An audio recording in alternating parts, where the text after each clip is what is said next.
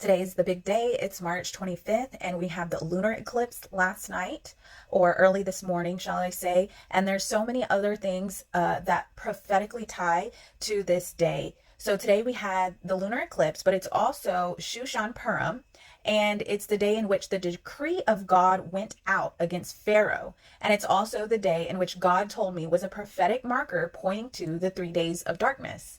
Today is 4 weeks before Passover, and it's for this reason that I believe the lunar eclipse that took place early this morning is pointing us to the 3 days of darkness. The Lord's been bringing this 3 days of darkness up time and time again since late last year. And he brought it to my attention that according to the Midrash, it said that the plagues against Egypt were 4 weeks apart.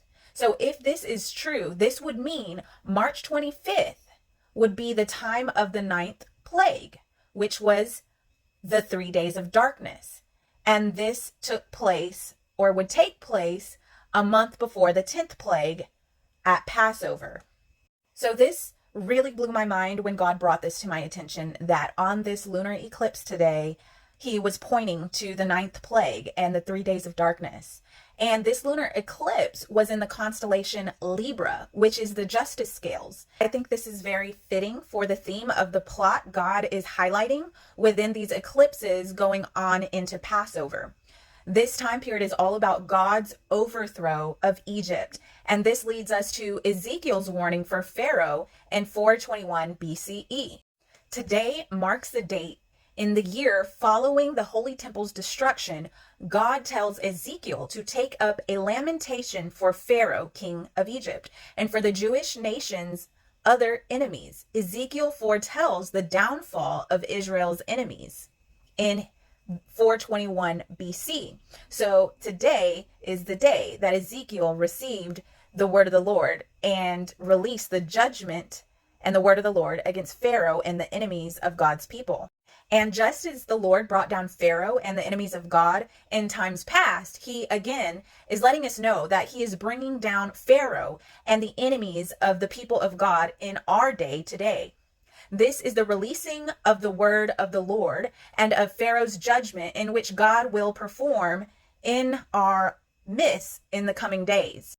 This is Ezekiel 32. In the 12th year, in the 12th month, on the first day, the word of the Lord came to me. Son of man, raise a lamentation over Pharaoh, king of Egypt, and say to him, you consider yourself a lion of nations, but you are like a dragon in the seas. You burst forth in your rivers, trouble the waters with your feet, and foul their rivers. This is what the sovereign Lord says. With a great throng of people, I will cast my net over you, and they will haul you up in my net. I will throw you on the land and hurl you on the open field.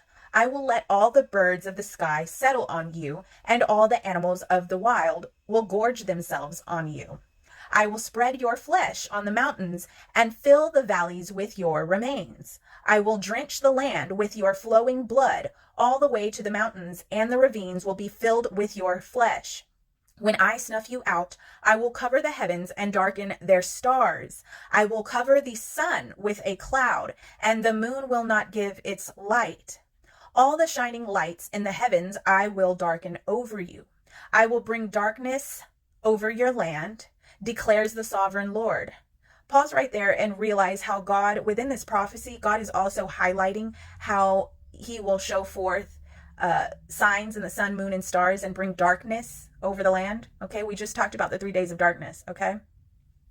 All the shining lights in the heavens I will darken over you. I will bring darkness over your land, declares the sovereign Lord. I will trouble the hearts of many peoples when I bring about your destruction among the nations, among lands you have not known. I will cause many peoples to be appalled at you, and their kings will shudder with horror because of you when I brandish my sword before them.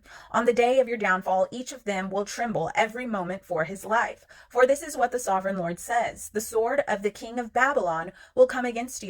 I will cause your hordes to fall by the swords of mighty men, the most ruthless of all nations. They will shatter the pride of Egypt, and all her hordes will be overthrown. I will destroy all her cattle from beside abundant waters, no longer to be stirred by the foot of man or muddied by the hooves of cattle. Then I will let her waters settle and make her streams flow like oil, declares the sovereign Lord. when I make Egypt desolate and strip the land of everything in it, when I strike down all who live there, then they will know that I am the Lord.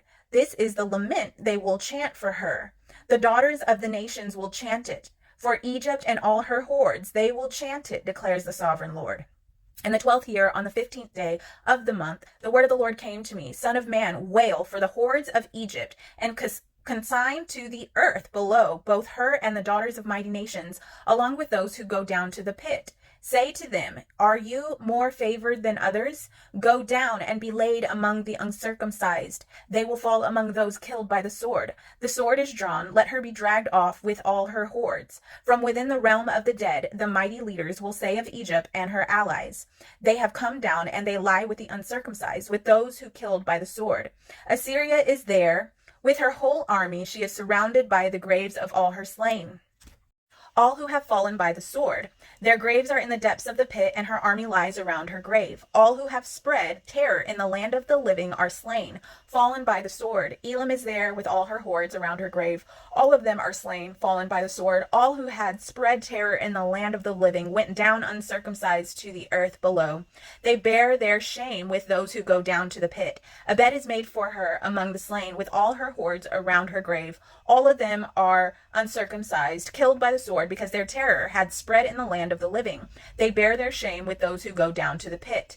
They are laid among the slain. Meshech and Tubal are there with all their hordes around their graves. All of them are uncircumcised, killed by the sword, because they spread their terror in the land of the living. But they do not lie with the fallen warriors of old, who went down to the realm of the dead with their weapons of war, their swords placed under their heads and their shields resting on their bodies. Though these warriors also had terrorized the land of the living, you too, Pharaoh, will be broken and will lie among the uncircumcised, with those killed by the sword. Edom is there, her kings and all her princes. Despite their power, they are laid with those killed by the sword. They lie with the uncircumcised, with those who go down to the pit. All the princes of the north and all the Sidonians are there. They went down with the slain in disgrace, despite the terror caused by their power. They lie uncircumcised with those killed by the sword, and bear their shame with those who go down to the pit. Pharaoh, he and all his army will see them, and he will be consoled for all his hordes that were killed by the sword, declares the sovereign Lord. Although I had him spread terror in the land of the living, Pharaoh and all his hordes will be laid among the uncircumcised with those killed by the sword, declares the sovereign Lord.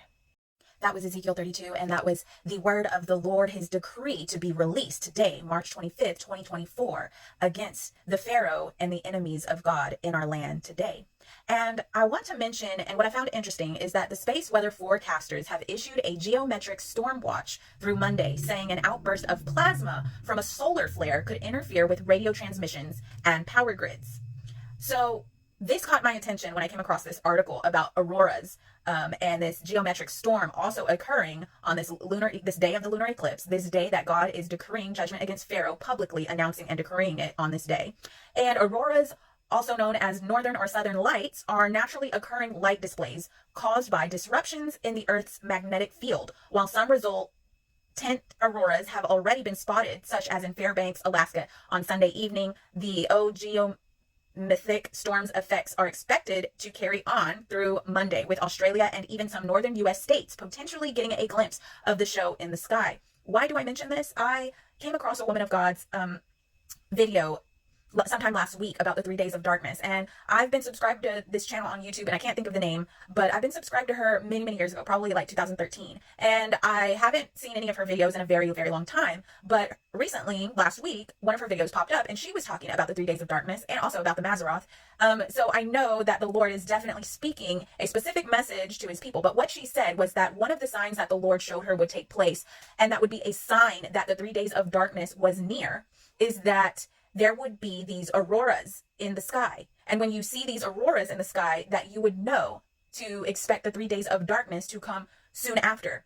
So everything is just pointing to the fact that God is speaking strong and clear and making a point, giving us signs and wonders in the sky, that he is about to move in a mighty way, that he is delivering his people from the chains and slavery and bondage of Egypt, and that he has a plan to obliterate and make a fool of his enemies, publicly bring them down.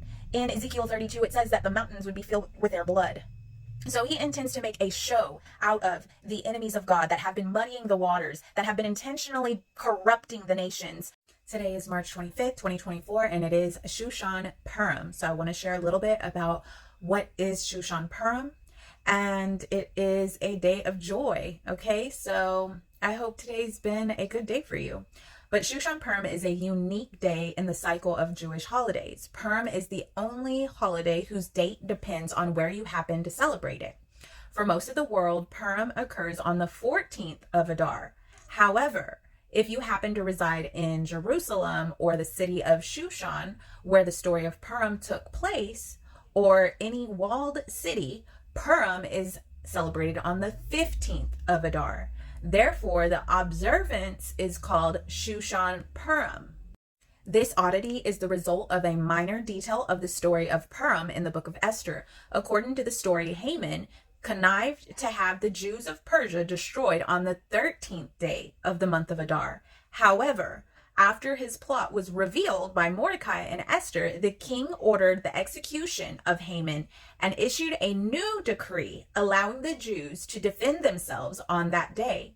Not surprisingly, the Jews succeeded in overcoming their enemies. How many people are going to join a fight against the Jews when their chief enemy and his 10 sons have just been hanged in the capital? Queen Esther then instituted the holiday of Purim for the day after the Jews were permitted to defend themselves. It is an important distinction for the holiday. Purim does not celebrate a military triumph. It celebrates the day of rejoicing and feasting that followed. That is why Purim is on the 14th day of Adar, not the 13th. However, the text tells us that in the capital city of Shushan, the king permitted the Jews to defend themselves for an additional day. They fought against their enemies on both the 13th and 14th of Adar. The book of Esther is careful to explain, therefore, that Purim could not be celebrated in Shushan until the 15th day. On that day, the Jews of the capital would follow the Jews of the unwalled towns of the kingdom by sending gifts to each other. And that's found in Esther chapter 9, verses 12 through 19. This is the reason that Purim still is celebrated a day late in Shushan and in Jerusalem, whose walls were standing back in the days of Joshua.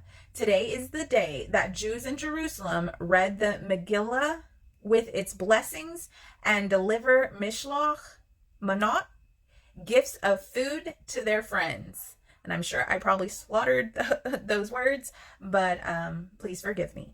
And this article was written by Rabbi Jeff Goldwasser, and that's where I got this information from, but I found all that very interesting. I'm really enjoying learning about the feast days, learning about the Mazaroth, the calendar of God, and just being reconnected with the roots of our Messiah and creation and everything that God intended for us in the beginning. So I hope this blessed you.